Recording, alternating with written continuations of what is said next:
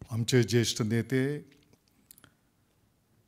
माझ्यासाठी त्यांनी मार्गदर्शक म्हणून यापूर्वीच काम केलेलं आपल्या राज्याचे माजी आरोग्यमंत्री माननीय डॉक्टर दीपकजी सावंत साहेब यांचा छत्रपती शिवाजी विद्यापीठाने त्या ठिकाणी डॉक्टरेट देऊन त्यांचा सन्मान केला आणि त्या प्रित्यर्थ आज आपण सर्वजण या ठिकाणी जमलेलो आहोत। माझे सहकारी मंत्री महोदय आणि उपस्थित बंधू आणि भगिनींनो, डॉक्टर साहेब, सर्वप्रथम तर मी आपलं या ठिकाणी अभिनंदन करतो, तुम्हाला शुभेच्छा देतो।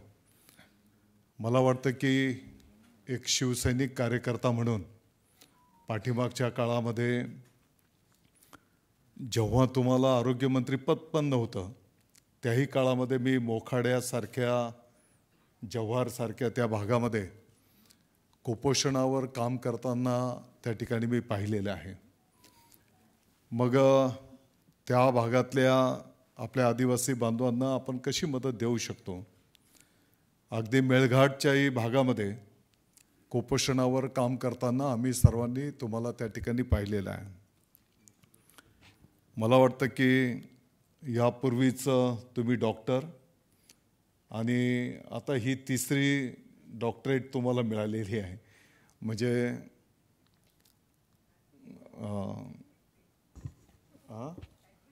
हॅट्रिक।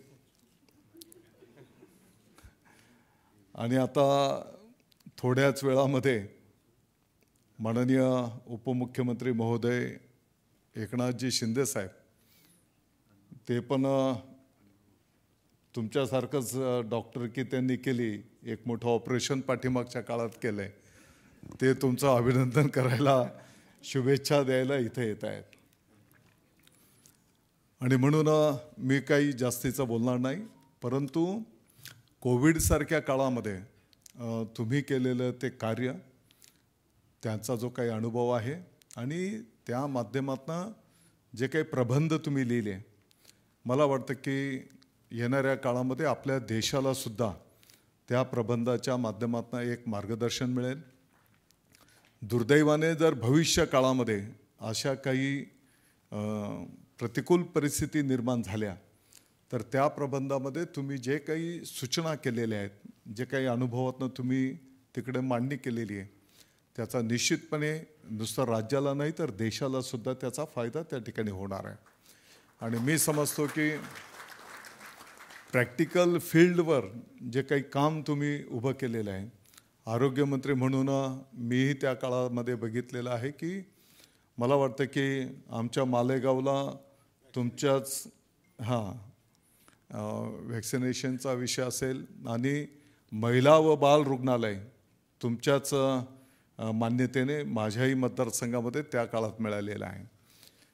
आज त्या रुग्णालयामध्ये ॲव्हरेज 20 ते 22 डिलिव्हरी संपन्न होतात आणि त्या म्हणजे मला इथपर्यंत मार्गक्रमणमध्ये त्या रुग्णालयाचे पण मोठे आशीर्वाद आहेत मतांच्या माध्यमातून। आणि म्हणून मला वाटतं की माणसाच्या जीवनामध्ये पदं येत असतात, जात असतात, परंतु त्या पदाला तुम्ही कशा पद्धतीने न्याय देतात ही एक महत्त्वाची भूमिका त्या ठिकाणी असते।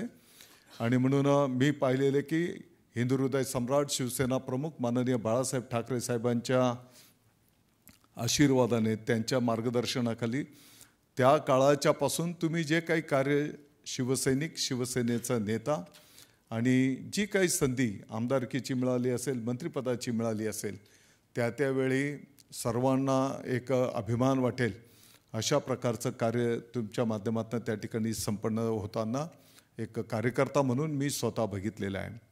मला वाटतं की बोलण्याच्या पेक्षा प्रत्यक्ष कृतीतून काम करणं हा तुमचा पिंड त्या ठिकाणी राहिलेला आहे।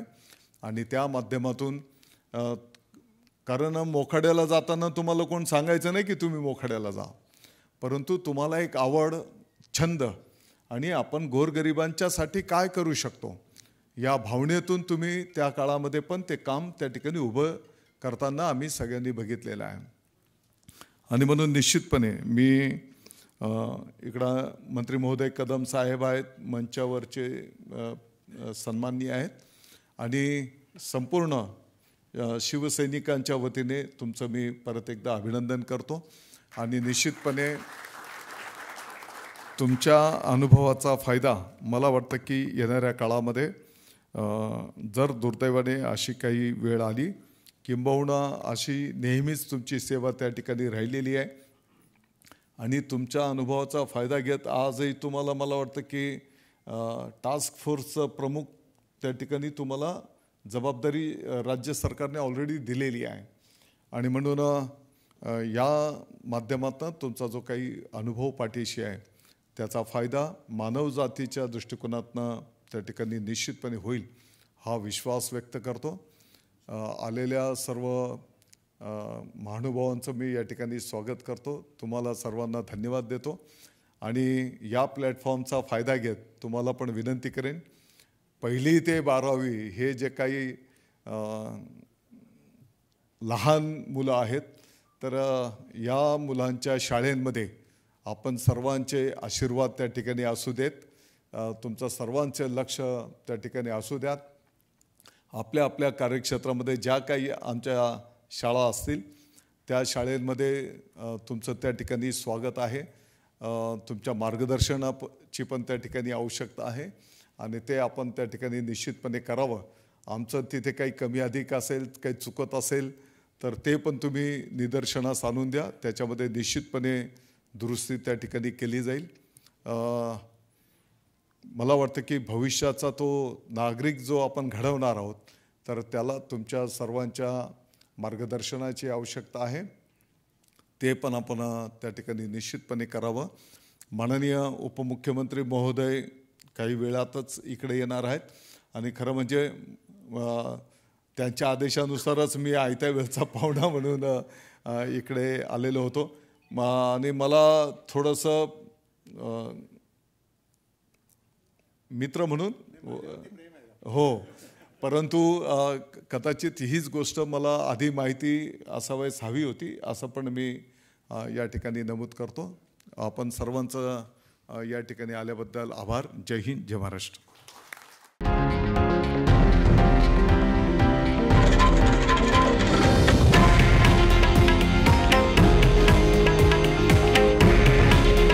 हे आहे देशातील नंबर 1 न्यूज नेटवर्क, आणि आपण पाहत आहात TV9 मराठी.